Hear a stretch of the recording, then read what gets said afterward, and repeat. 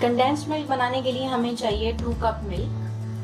Fresh milk नहीं लिया है मैंने, टेट्रा पैक मिल्क लिया है यहाँ पे, और वो वाला मिल्क लिया है जो 3.5% फैट को कंटेन करता है। आपको भी फ्रेश मिल्क नहीं लेना है, उससे कंडेंस्ड मिल्क की जो क्वालिटी है वो थोड़ी सी ख़राब हो जाती है। और चीनी मैंने यहाँ ली है 3/4 कप।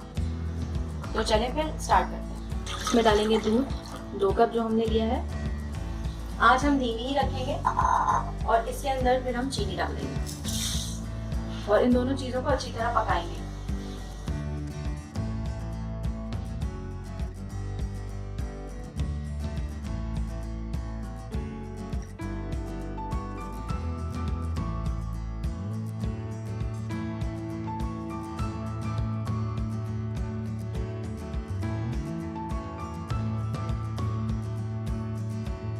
चमचा हम इसमें कंटिन्यूसली चलाते रहेंगे, चमचा चलाना नहीं छोड़ेंगे, वरना हमारा कंडेंस मिल्क उस क्वालिटी का नहीं बन पाएगा जो हमें चाहिए।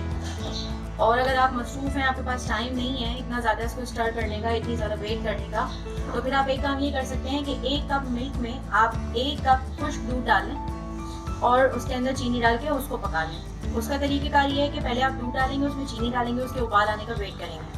जब उसके अंदर अच्छा सा उबाल आ जाएगा, उसको थोड़ा सा खुश्क करेंगे और फिर उसके अंदर दूध शामिल कर देंगे, खुश्क दूध, और फिर उसको थोड़ा सा पकाएंगे। उसके कर्डल्स और जो भी लम्स वगैरह होंगे उनको जब निकाल देंगे, सब अच्छी तरह वो मिक्स हो जाएगा, फटाफट ही वो गाढ़ा हो जाएगा और फिर आप उसको ठंडा करें।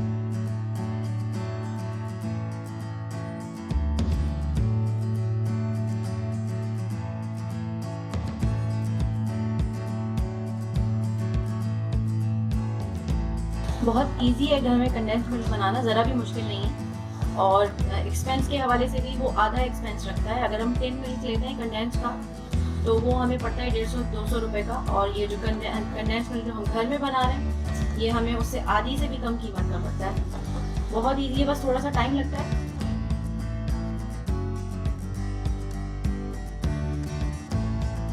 बस ये बन के रेडी होने ही वाला है। देखिए आप इसका कलर कितना चेंज हो गया। 1 आध मिनट शायद और पकाना पड़ेगा और फिर ये रेडी हो जाएगा।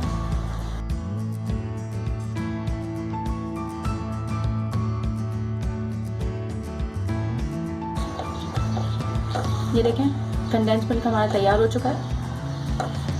ये जब इतना गाढ़ा हो जाएगा तब हमें इसकी मिक्सिंग रोकनी है। इसकी कंसिस्टेंसी मैं आपको दिखा देती हूँ।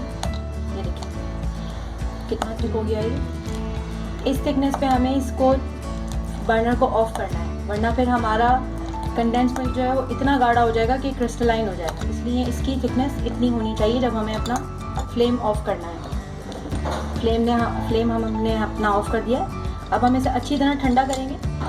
ये देखिए ये कंडेंस मिल्क हमारा ठंडा हो गया है, और ठंडा होने के बाद आप इसकी कंसिस्टेंसी को नोट कीजिए, ये कितना गाढ़ा है।